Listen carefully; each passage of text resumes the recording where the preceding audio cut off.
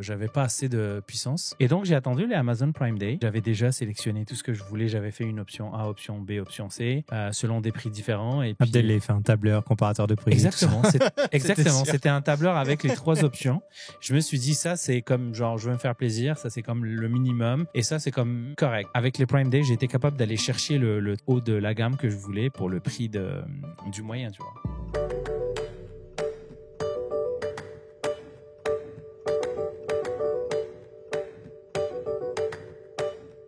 Bonjour à tous et bienvenue dans ce nouvel épisode du podcast Dans la Poche. Je m'appelle Florian Beaufreton et je suis accompagné d'Abdel, Julien et Thomas. Salut les gars. Ça va bien? La forme? Ouais. Ouais. En direct de Montréal, pour ceux qui ne savent pas, parce que oui, des fois je le précise, nous sommes 4 expatriés de plus ou moins longue date à Montréal. Et donc, on est passionné de tech, de photos, vidéos, etc.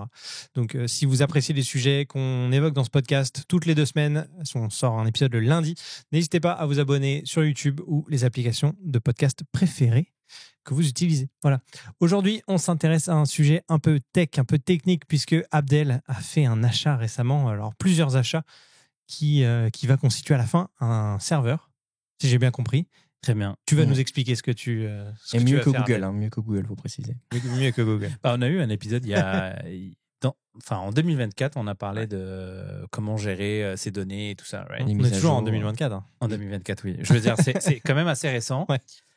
Et puis, j'avais expliqué ce que je faisais avec mon serveur, c'est quoi les applications que j'avais. Mm-hmm. Sauf que j'ai frappé une limite. Mon serveur commençait à être un peu fatigué.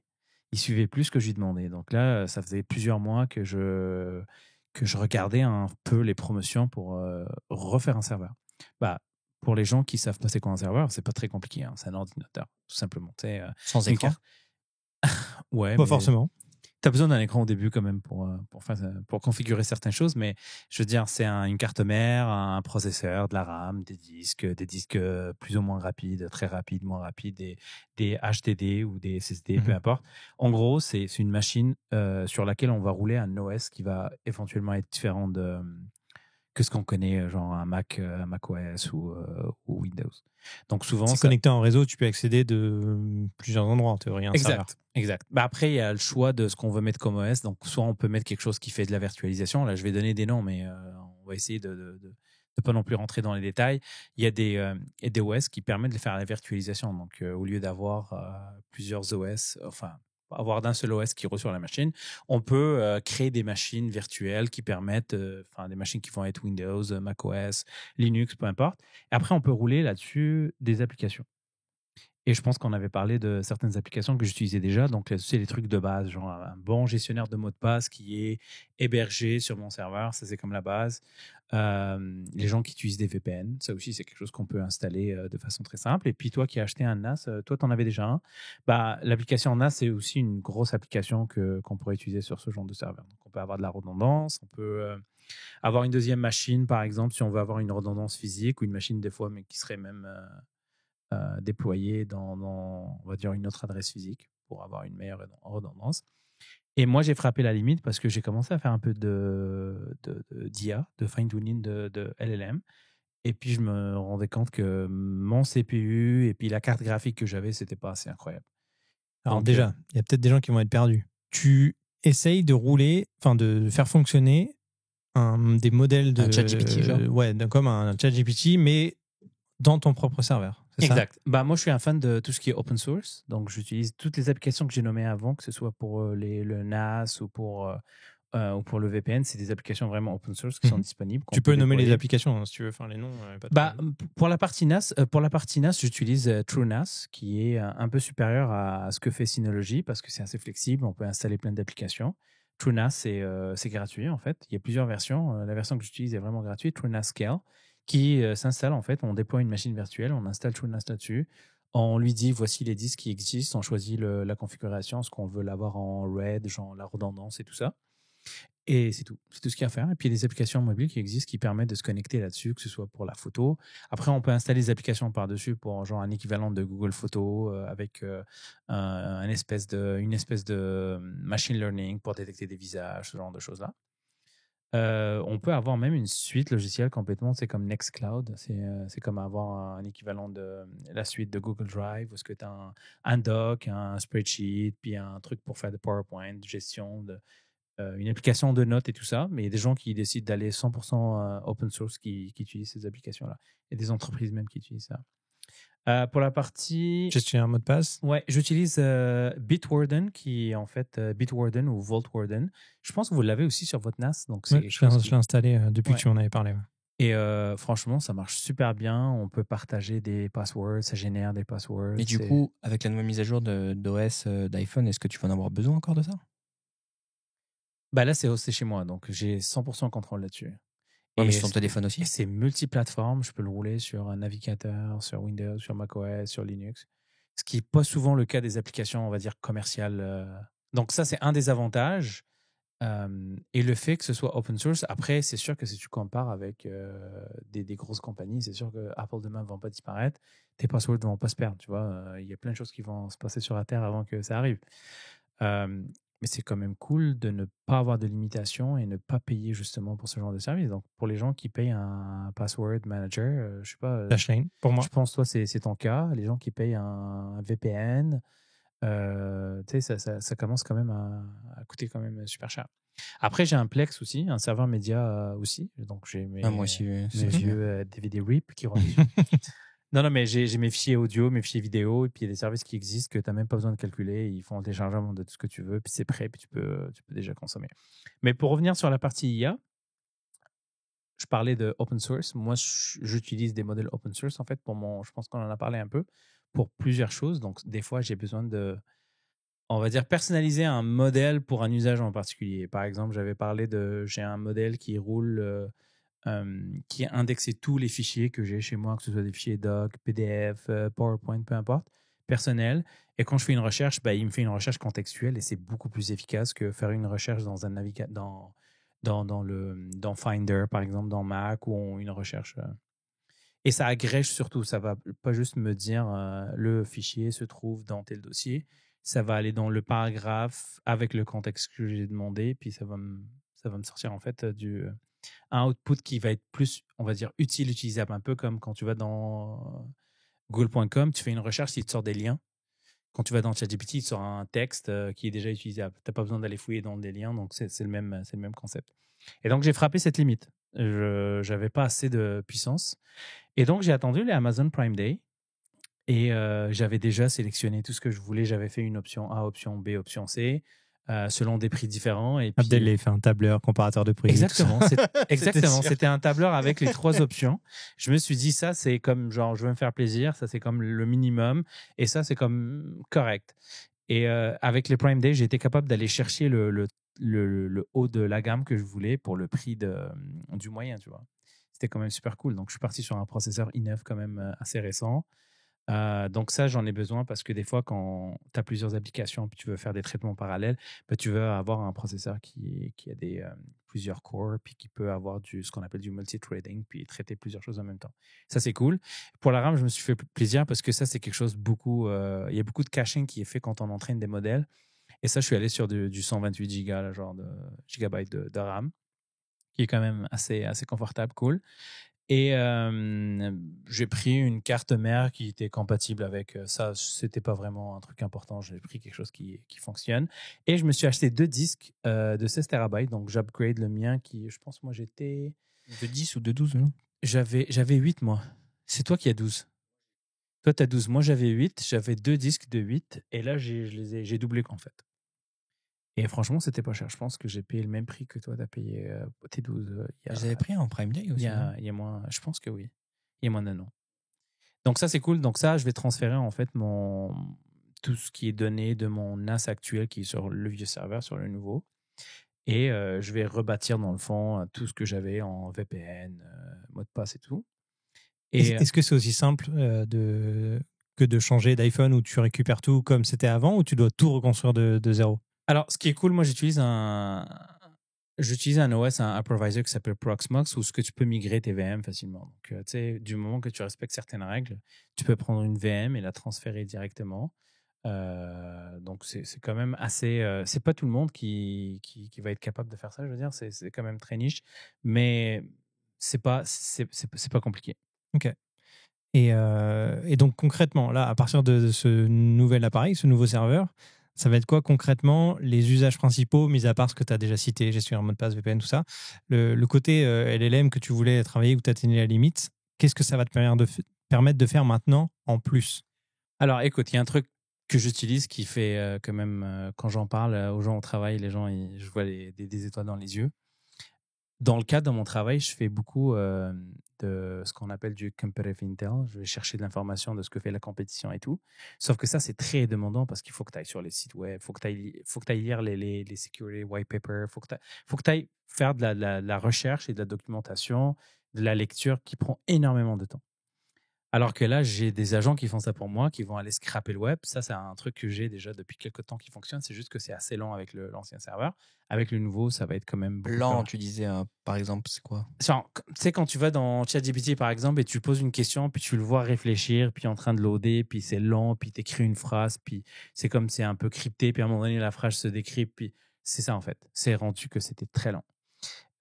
Et surtout que je voulais utiliser des modèles qui sont beaucoup plus gros aujourd'hui. Donc, les modèles que je roulais avant, c'est des modèles qui étaient vraiment très, très petits, de gigabytes. Là, je vais utiliser le Llama 3.1 qui a été annoncé il n'y a pas longtemps. Là. Je n'utiliserai pas le 405 milliards de paramètres. Là. Ça, c'est sûr que je n'aurai pas de machine qui va le supporter, mais au moins le 70. Et là, tu as quand même un modèle qui est quand même assez puissant.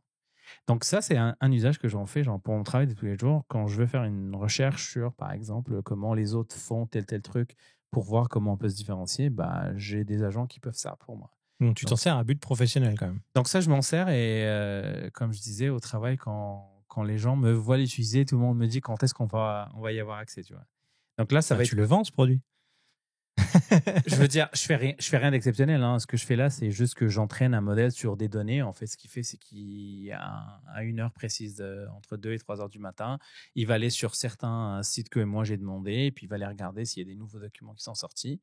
Il met à jour sa base de données, puis il se contextualise aussi. Ce qui fait que moi, quand je vais l'utiliser le matin, bah, j'ai de l'information quand même qui est assez fraîche. Chose que tu ne vas pas forcément avoir avec les nouveaux modèles, parce que ces modèles-là sont bloqués sur des informations d'un certain temps. Mais en même temps, ce n'est pas l'objectif d'avoir toute la donnée du monde sur mon modèle. Je veux que mon modèle réponde exactement pour ce que moi j'ai besoin qu'il fasse. Comme ça, il n'a pas besoin d'halluciner. Quand il ne sait pas, il ne sait pas. Il ne va pas m'inventer quelque chose. Donc ça, c'est un des usages. L'autre que j'en fais, on avait parlé de la crypto. Donc là, mes agents vont au moins avoir un peu de puissance pour faire un peu de scrapping pour l'information reliée à la crypto. Je veux commencer à jouer un peu avec tout ce qui est clonage audio. Enfin, pas cloner la voix de quelqu'un, mais utiliser justement. Donc, il y a des modèles qui existent open source comme Whisper, qui est quand même super puissant, mais moi, j'avais beaucoup de difficultés à le faire rouler sur mon serveur.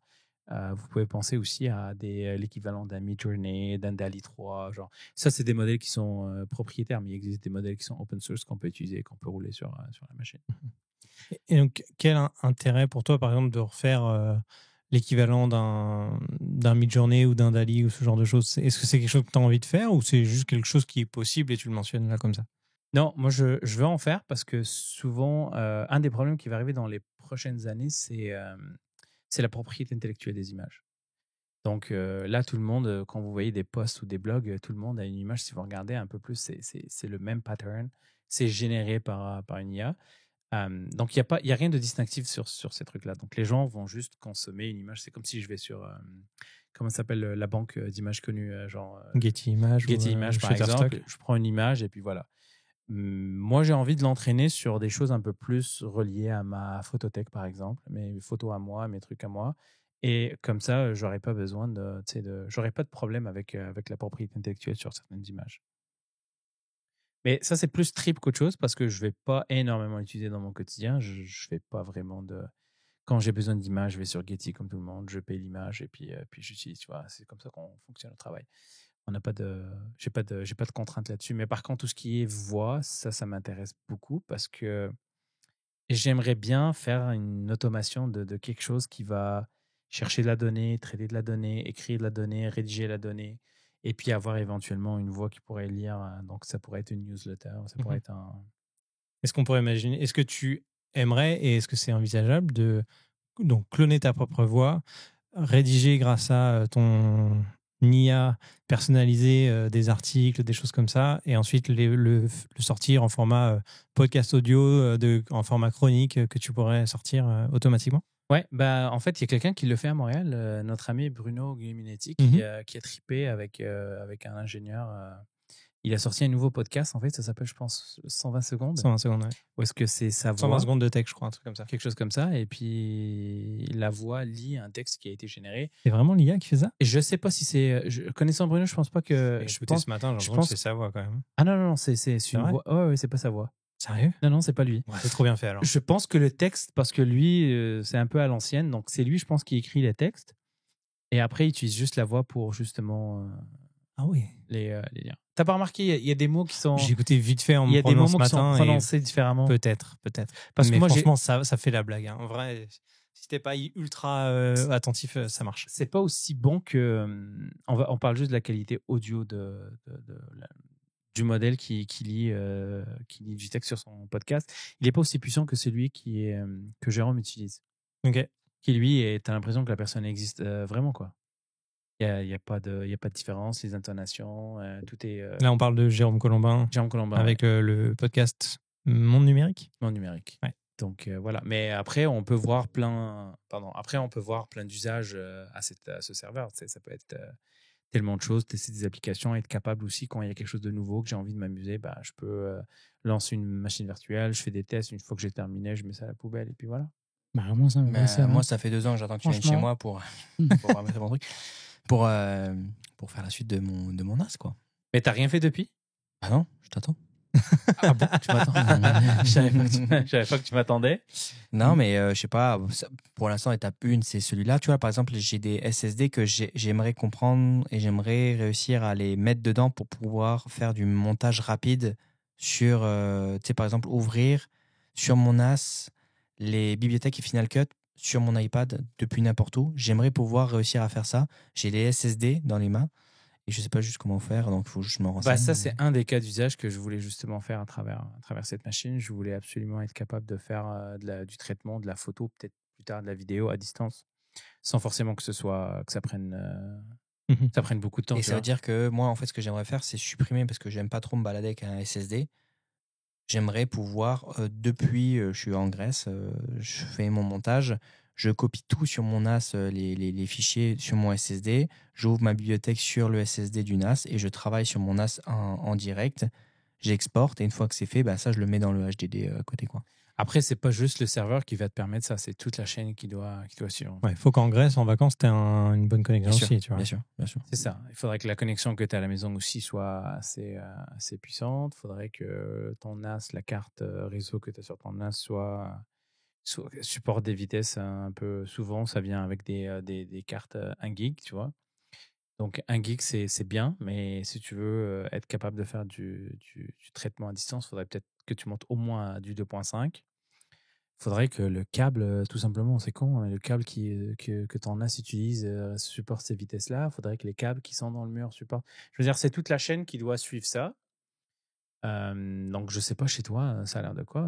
Là, chez toi, c'est le cas, Abdel? Toute la chaîne est à un certain débit particulier? Ouais, moi, je suis limité par du 2.5. Ça, c'est un fichier parce que dans le mur, c'est du 2.5. Et je regrette parce qu'en 2015 ou 2016, quand j'avais fait l'installation, j'ai fait des choix qui n'étaient pas très future-proof. Mais de 2.5, c'est très bien. Hein. Comme par exemple, aujourd'hui, j'ai changé mon opérateur pour... j'ai du 1.5. Je ne frappe pas le 1.5 souvent. Hein. C'est-à-dire, il y a beaucoup de choses avant de... Mais je me suis mis des SSD en fait sur la machine qui vont rouler l'OS, qui vont rouler certaines... Les disques ne sont là que pour la partie archivage, que pour le NAS. Le reste, c'est en SSD. Donc, voilà. Ok. Mais tu vois, moi, d'un point de vue montage, ce serait pas nécessairement de monter à distance ou genre de truc, ça serait toujours, je pense, chez moi, peu importe. Mais là, la façon dont je fonctionne, c'est que, par exemple, les podcasts que je monte, c'est sur un SSD externe, je le branche à mon ordinateur en USB-C, machin, la vitesse est bonne, ok. Mais par contre, parfois, au fur et à mesure du temps qui passe, j'ai filmé plein de choses, on a plein d'archives, etc. Ces archives-là, je les mets sur mon NAS au bout d'un moment parce que j'en ai plus besoin dans l'immédiat. Ou j'ai même une bibliothèque de plans, comme on appelle ça, les b-rolls, les illustrations dans tel ou tel contexte. Ça, je ne vais pas les avoir en permanence parce que comme ça s'est accumulé au fil des années, j'ai pas assez de place sur mon SSD pour les conserver en entier à chaque fois. Ça, j'aimerais bien pouvoir les intégrer dans mon montage sans qu'il y ait de latence, sans qu'il y ait de problème, alors qu'elles se situent, que ces images sont sur mon NAS. Tu vois. Donc, c'est vraiment ça la friction que j'ai en ce moment. Après, tu as deux façons de faire. Soit tu peux monter sur ta timeline, puis la timeline, elle va chercher une localisation qui est à distance. C'est ça qui demande en fait plus de ressources et que toute la chaîne soit assez rapide. Soit tu veux juste avoir accès à ces fichiers-là facilement en fait. Tu les ramènes sur ton iPad, sur ton Mac, peu importe, pendant le temps que tu utilises, puis après tu t'en débarrasses. Le deuxième va demander beaucoup moins d'efforts, on va dire, mais c'est beaucoup moins sexy, on va dire, que le premier, où est-ce que tu vas juste dropper. Faut que je les ramène à chaque fois, tu vois. Exact. Mais moi, j'en fais pas beaucoup de montage vidéo, donc je pense pas que ça va être un problème. Et j'ai pas mentionné, en fait, parce que tout ça, ça roule. J'ai pas mentionné la carte graphique là-dedans. J'ai pris une carte graphique, une Nvidia, en fait, 4090, pour justement faire de l'IA. Donc, c'est de la force GPU. Et puis là, on se rend compte que certains usages de l'IA, en fait, ne nécessitent pas forcément du GPU, ils nécessitent un autre type de traitement, on va dire. C'est pour ça que dans les prochains mois, on va beaucoup plus entendre parler de ce genre de processeurs que des GPU. Donc, ça va libérer un peu pour la cryptographie un marché quand même assez... Il y a des choses, je suis sur le sujet là. Ouais. Bon, et donc là, tu nous as parlé de trucs assez professionnels finalement dans les usages, mais une partie un peu fun là-dedans de ce serveur que tu veux utiliser quand même. Ah oui, mais je vais faire du gaming aussi avec. Je suis pas un gamer, je pense que ça saurait, mais je suis fan du jeu Flight Simulator en fait, et j'ai envie de m'équiper pour jouer un peu à la maison. Enfin, jouer, voler un peu à la maison. Donc là, je commence par le serveur qui va me permettre de faire ça. Et je vais tranquillement commencer à m'équiper avec des joysticks, avec d'équipements en plus. Les prochains Amazon Prime Day. Ouais, peut-être un peu plus tard. Ouais. Black Friday peut-être. Ouais, on verra. Ouais. Donc ça aussi, j'ai hâte de commencer à avoir un peu de fun parce que je me rends compte qu'à chaque fois que je suis devant l'ordinateur, je suis en train de faire une tâche qui demande un peu de réflexion. Et je suis pas devant un truc où tu as du fun, tu vois. J'ai du fun quand même dans ce que je fais, mais différent, tu vois. Donc, je sais pas si les gars, vous êtes des gamers. Moi, je suis pas... Pas trop. Non. Pas trop, je pense que tous autant... Ah, c'est peut-être Julien le plus gamer de nous quatre, en vrai. Moi, j'avais acheté la Xbox justement pour m'obliger à gamer. Pour t'obliger à gamer, carrément. Ouais. Mais moi, j'étais un gros gamer quand j'étais jeune, mais pas sur les ordi, c'était les consoles de salon. Ouais. Et après, quand je suis passé aux études, j'ai arrêté, j'avais plus le temps et j'ai jamais recommencé. Alors que mes deux frères ont jamais lâché. Et je sais pas, ça me manquait de plus être dans le truc avec eux, d'en parler, tout ça. Et je m'étais pris une Xbox, mais en vrai, c'est par période. Il va y avoir 2-3 semaines où je vais poncer le jeu parce que voilà, je suis dedans. Et puis après, j'arrête. Et là, ça fait peut-être 3 mois que j'ai pas allumé ma console. Là. Je crois que je l'allume 4 fois par an, un truc comme ça. Ah, t'as quand même une console ? J'ai une Xbox, mais que je l'avais ramenée de France. Ok. Mais je m'en sers quasiment jamais. Et mon gaming se constitue seulement de FIFA. Ah ouais. C'est vraiment ça, honnêtement, j'ai rien de plus. Ah, mais on pourrait jouer la prochaine fois. Tu joues, toi ? Allez. On se fait un petit groupe. C'est drôle, je suis monté avec un collègue, je suis monté dans sa voiture pendant que la voiture était arrêtée la semaine dernière. Puis le mec, il ouvre sa boîte à gants, puis il sort une manette de Xbox. Oh. Et sur sa Tesla, sur l'écran, il jouait. Énorme. On a joué. C'était trop drôle. Et franchement, j'ai trouvé ça trop cool. Bien évidemment, ça marche juste quand la voiture est arrêtée. Oui. Mais c'était trop bien. Mais tu sais, l'écran est un peu plus grand que... Il est plus grand ? Ouais, un peu plus grand que l'iPad 13 pouces. Franchement, c'est quand même sympa. Puis moi, avant, j'avais une manette qui a brisé hors sujet, mais je jouais sur l'iPad. J'ai jamais joué sur l'iPad. Mais les trucs arcade, tu sais, il m'avait donné arcade pendant 3-6 mois, je sais pas combien de temps, jouer sur l'iPad. Donc j'ai hâte de retrouver un peu pendant les vacances, tu sais, couper un peu de tout ce qui demande un peu de réflexion et puis tu sais, faire des trucs un peu... J'ai l'impression que c'est un besoin de plus en plus pressant d'avoir de la tranquillité et du fun en ce moment, Abdel. T'as pas besoin de vacances ? Ah oui, j'ai besoin de vacances, c'est clair. Bon. Ça se voit tant que ça ? Ça fait 2 épisodes qui nous en parlent. On espère qu'avant le prochain épisode, il sera parti. Oui, j'espère. Bon, Abdel, merci beaucoup. Je sais pas s'il y avait d'autres choses que tu voulais rajouter par rapport à ton serveur comme usage que tu vas en faire ou. Non, c'est cool, ça va grandir avec le temps. Je vais pouvoir vous en parler à chaque fois que j'ai des nouveaux usages. En fait, je vais pouvoir tester encore plus d'applications sur tout ce qui est AI. Chaque semaine, il y a un truc nouveau. Et puis j'ai hâte aussi de voir ce qui va arriver. Et puis, comment vous aussi, vous allez pouvoir utiliser toi surtout. Parce que là, si tu m'attends depuis un an, moi, je ne savais pas que tu m'attendais. Je sèche dans un coin. Ouais, donc... non, mais la domotique aussi, j'ai rien trop acheté encore de ce que je voulais mettre à intégrer à l'intérieur. Donc, c'est vrai que j'ai hâte que quelqu'un d'autre que moi en parle, tu vois, dans ce podcast. De quoi en fait, c'est compliqué parce que quand tu n'as pas ta maison, c'est compliqué, tu sais. Non, il faut commencer. Si tu sais le nombre de personnes, enfin, si à chaque fois, il fallait s'acheter une maison, puis après, il faut qu'il y ait une piscine, puis il faut qu'il y ait une chambre libre, il faut qu'il y ait un studio. Genre, tu vas pas y aller. T'as tout ce qu'il faut, hein, t'as pas d'enfant, c'est ça qui compte. Si t'as pas d'enfant, t'as pas besoin de maison. T'as déjà tout ce qu'il faut pour pouvoir faire ce que t'as à faire. Donc, mais oui, invite-moi, écoute, invitation. Invite-moi, puis avec plaisir, j'accepterai. Puis Thomas, en plus, il fait des bonnes pizzas. Donc, en plus.